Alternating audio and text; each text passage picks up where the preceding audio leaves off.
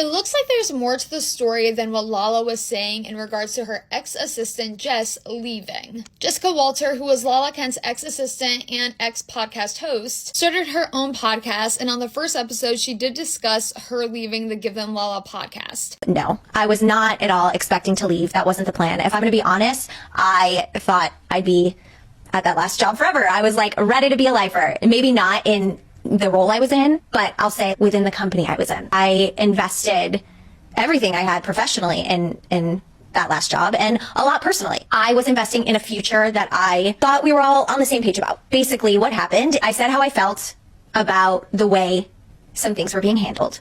And the response I got to that was, in my opinion, not good. The response says I got. Honestly, I was taken aback. I was heartbroken at those responses. So I sort of found myself in a position where I felt like I had no other option than to choose to leave. What I'll say, and this goes for any relationship, right? Sometimes we invest all of ourselves into a relationship and we give it our all.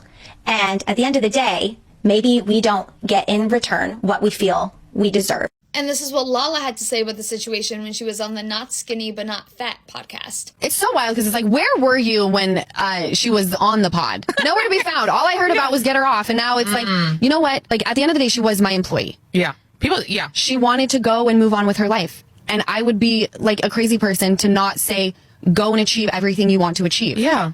And people are like wanting an explanation. I'm like, I don't know how to break this down. That's the explanation. Go, be free, fly. So are you saying it was her choice to leave? Yes. Because people love to, blame you for shit for some reason. I'm so used to it and so unfazed by all of it. Would you want her to come out and say, like, guys, I left, I'm moving on? Like, No. what's wrong? At the end of the day, she was employed by Lala Kent. You're no longer employed. I wish you the best. Yeah. Have a great life. Do you regret making her that close as an employee? I've learned a lot in many relationships in my life, from my ex-fiance to certain friends that I've had to employees that I've had.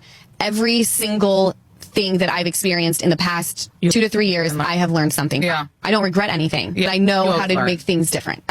Are you seeking help? Should people send their resumes? By all means. I'll tell you something. Your big dream better be, I only want to be the best assistant to Lala in the world. Like, no dreams, no aspirations. So basically, it sounds like Jessica was trying not to be so much of a Jessica when speaking her mind to probably Lauren and her brother, and they didn't like what she had to say, and she was very hurt by the response that she felt like she had no other solution than to quit. Lala basically said it. She's like, if you want to apply, just know that you're just going to be Lala's assistant. That's it.